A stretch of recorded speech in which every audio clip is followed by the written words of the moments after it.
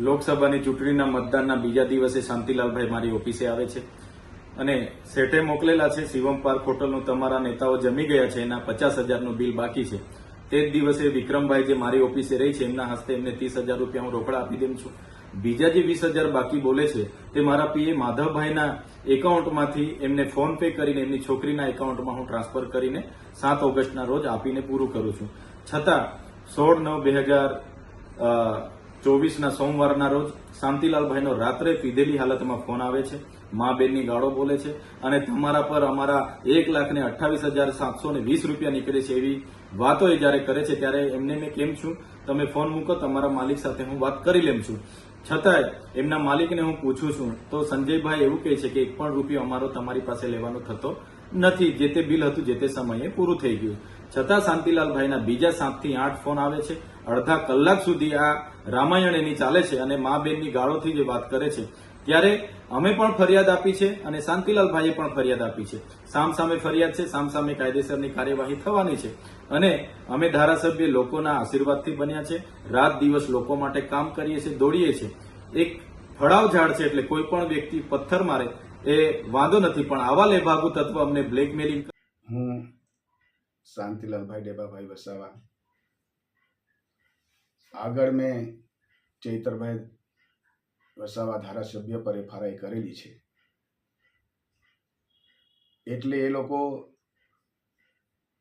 ગઈકાલે તારીખ 19ના રોજ મારા ઉપર ડેડિયાપાડા પોલીસ સ્ટેશનની અંદર FRI કરવા માટે આવેલા અને એમનું નિવેદન જે આપેલું છે તે એ નિવેદનની અંદર એ મારા પર આક્ષેપ એ રીતનો કરે છે કે શાંતિલાલભાઈ ડેબાભાઈ જે શિવમ પાર્ક હોટલની અંદર કાઠિયાવાડી કુક તરીકે કામ કરતા હતા અને એમણે ચૂંટણી પ્રચાર દરમિયાન મારા કોઈ કાર્યકરો કે નેતાઓ એ હોટલમાં જમવા ગયા જ નથી, છતાં પણ મારા પર 50,000 રૂપિયા એમણે માગેલા છે, જે અમે 30,000 રૂપિયા રોકડા આપેલા છે અને 20,000 રૂપિયા એમની છોકરી સપનાબેનના ખાતામાં નાખેલા છે એવું નિવેદન આપે છે. સાથે સાથે જે 16 તારીખનો જે બનાવ બનેલો છે એમના પર મેં જે FRI કરેલી છે એમના સંદર્ભમાં એમણે એમ કહ્યું છે કે શાંતિલાલભાઈ મારા પર આક્ષેપ લગાડે છે કે હું એમના ઘરે જઈને ઢોરમાર મારેલો છે, એ પાયાવિહોણી વાત છે એમ કહે છે. અને સાથે એવું બી કહે છે કે હોટલ માલિકના પણ નિવેદનો લેવામાં આવે અને હોટલ માલિકે પણ નિવેદન કાલે આપેલું છે એમને. ત્યારે હું મારો ખુલાસો કરવા માગું છું કે હું હોટલની અંદર એક મેનેજર તરીકે કામ કરતો હતો. એક તો પહેલાં એ જ અત્યારે જ ખોટું બોલે છે કે હું એક રસોઈયા તરીકે જ ખાલી કામ કરતો હતો, પણ હું મેનેજમેન્ટ પોસ્ટ પર કામ કરતો હતો અને મને મેનેજમેન્ટ પોસ્ટ તરીકે જ મને એમના માલિકોએ પગાર પણ ચૂકવેલો છે અને હજુ પણ પગાર બાકી મારો છે. છતાં એ લોકો બધા ભેગા મળીને મને ખોટો સાબિત કરવા માટે હોટલના માલિક પણ અત્યારે એવો નિવેદન આપે છે કે શાંતિલાલભાઈ જ્યારે છૂટા થયા હતા ત્યારે અમારા આમ આદમી પાર્ટીના કાર્યકરો જે જમવા આવતા હતા એ માણસોનો જે 50,000 રૂપિયા બિલ હતું એ અમારું ચૂકવણી થઈ ગયેલું છે. ચૈતરભાઈ એમ કહે છે કે મારા કોઈ કાર્યકરો હોટલમાં જમવા જ નથી ગયા, તો હોટલ માલિક કેમ એમ કહે છે કે એમના માણસો આવતા હતા, એમનું જે બિલ હતું એ બિલ ચૂકવણી થઈ ગયું છે. ખરેખર એમના માણસો આવતા જ હતા એ જ સાબિતી હું કરવા માગું છું.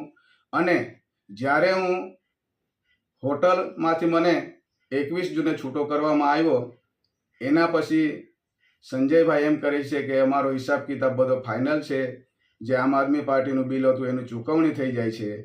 તો એ લોકોએ હકીકતમાં એવી છે કે એ લોકોએ મારો હિસાબ કિતાબ 1,71,000નું જે મારું મહેનતાણું નીકળતું હતું એ મહેનતાણાના અંદરથી 1,28,720 રૂપિયા કાપેલા છે. એમાં આમ આદમી પાર્ટીનું બિલ બી અંદર કાપેલું છે.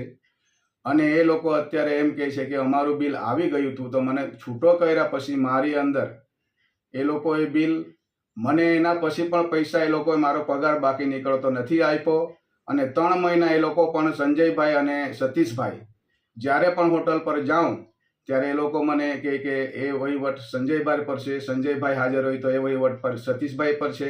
એવી રીતે એ લોકોએ પણ મને 3 મહિના ખો આપેલું છે. ત્યારે જે ઘટના ઘટેલી છે તારીખ 16ના રોજ, જે રાતે 10:30 વાગે ચૈતરભાઈ મને ઘરે આવીને જે મારી ગયેલા છે, એ ઘટના ઘટેલી છે. એ હકીકત જ છે.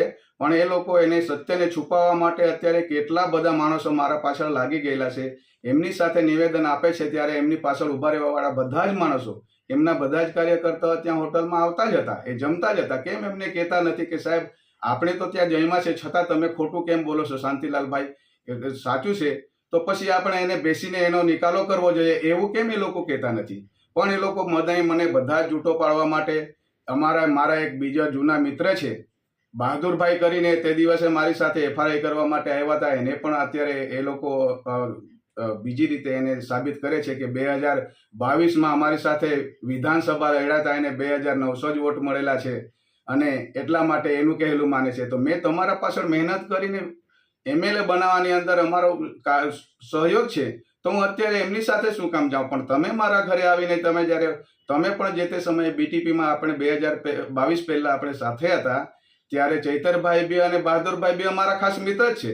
હવે એક મિત્ર ઘરે આવીને મારીને જાય છે તો બીજા મિત્રને લાગણી હોય તો એ મને સહકાર આપે છે, એમાં એનો શું ગુનો હોય છે? રાજકારણને ચિતરવાનું કામ કરે છે ચૈતરભાઈ. મારે કોઈ રાજકારણ કરવું નથી, મને ન્યાય જોઈએ છે. ઘરે આવીને મને ઢોરમાર મારેલો છે. ત્યારે હું કહું છું કે ખરેખર હોટલની અંદર હવે જ્યારે માલિકે નિવેદન આપી જ દીધું છે કે અમારું બધું જે બી વહીવટ હતો તે પતી ગયેલો છે, એમનો બિલ આવી જ ગયેલો છે, અમારે એની સાથે કંઈ લેવડ દેવડ નથી જ. તો હું સામે જે હોટલ માલિક છે એમને પણ કહેવા માંગુ છું, સંજયભાઈને, કે સંજયભાઈની સાથે મારી કોઈ દુશ્મની નથી. તમે મને છૂટો કર્યો, તમે મને બાંહેધરી આપી, 3 દિવસમાં પગાર આપીશું, એના પછી 3 મહિના મને ટલ્લી મરાવી છે અને અત્યારે તમે પણ મને ખોટો સાબિત કરવા માંગો છો. એક તો તમે મને પહેલો મેં મેનેજર નહીં પણ તમે મને એક પાર્ટનર તરીકે મને રાખ્યો હતો, એટલે તો તમે મારા પર પ્રૂફ છે.